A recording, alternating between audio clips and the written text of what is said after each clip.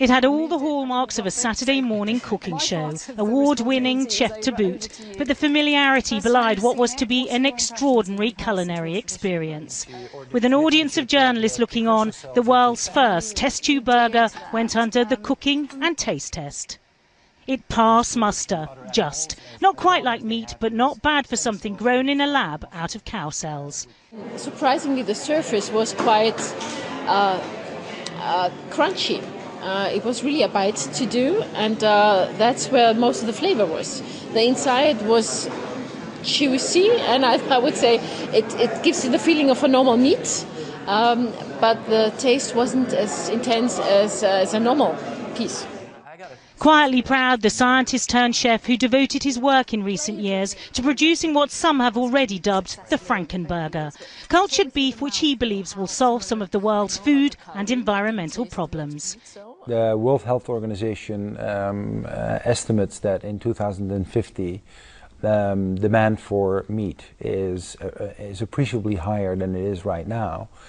And we're just not capable with the current methods to produce that type of meat. So we have to come up with alternatives and produce more meat with the same resources. But it's been no simple-to-follow recipe getting here. It's cutting-edge science. First, stem cells are taken from a cow. They're then incubated in a nutrient broth until they multiply. The cells organise themselves into muscle strips and are attached between anchor points to Velcro, so they're able to flex and contract as they grow.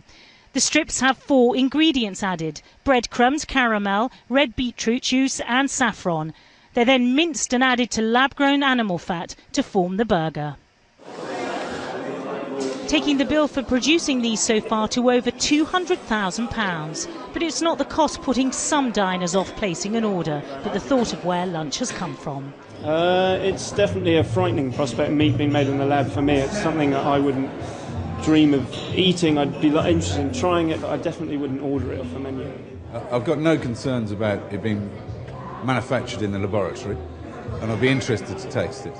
It could be an interesting solution to kind of providing food for loads of people, but I like really fresh food, and I'm a little bit wary of it. Still, with demand for meat set to double in the next 40 years and most of our agricultural land given over to livestock, in time the science burger may seem more palatable, offering consumers a choice between mass-produced meat and meat produced in the lab. And if you do fancy a taste of the future, you're going to have to be very, very, very patient. Burgers like this one aren't expected to appear on our supermarket shelves for at least a decade. It's hardly what you'd call fast food. Maybe just as well. A taste for this burger may take some time to acquire.